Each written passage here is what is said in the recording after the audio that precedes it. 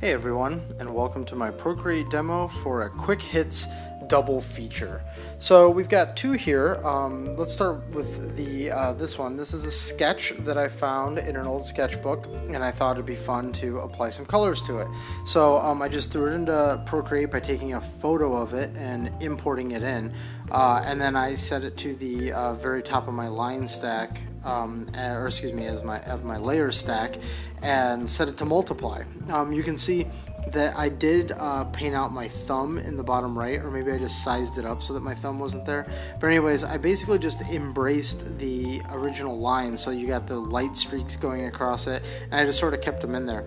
I used the artist crayon to do basically this entire thing as far as what you're seeing added to it. The original drawing was done with ballpoint pen on like some sketch pad somewhere, so nothing fancy.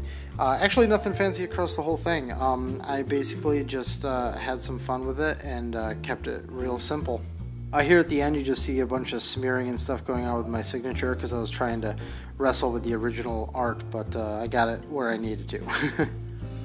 So that's the final piece right there for that one.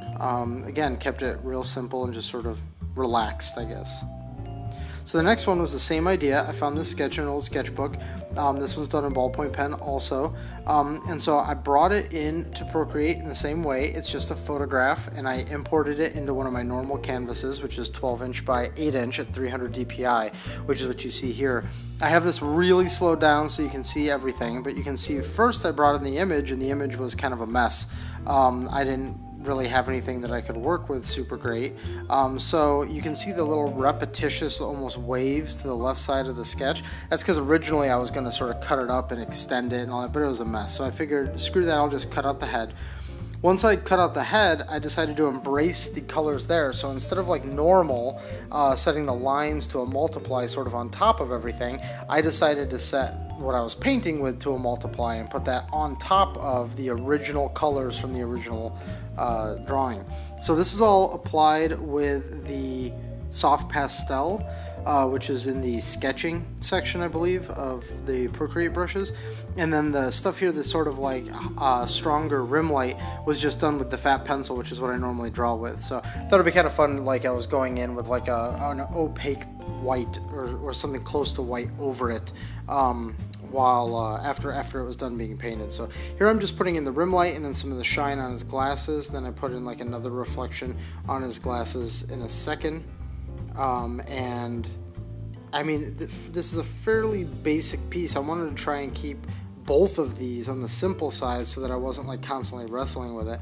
Now you can also see that he's all the way to the right, because a lot of the time I do a composition that's similar to that, but because Procreate doesn't allow you to crop in the middle of the piece, at this point I'm sort of starting to think like, well, maybe I'll just sort of crop him and keep it almost like a square composition. So this is what I'm starting to think about, but since there isn't really a good way to do that in Procreate, I essentially just create a black box on the left side so that I can start framing it in the way that I'm imagining it.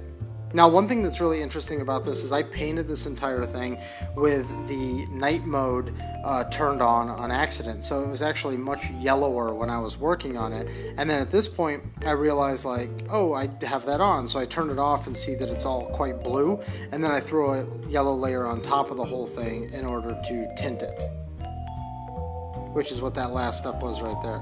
So let's just look at that last bit again. You can see me just putting shadows in and deciding not to do it.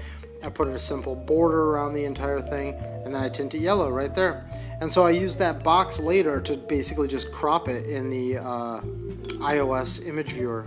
So here's the one piece, the last one that I just showed you, and then there's the first one. So thanks for watching. I really hope you enjoyed these quick hits. And if you're looking for me on the internet, these are the places where you can find me.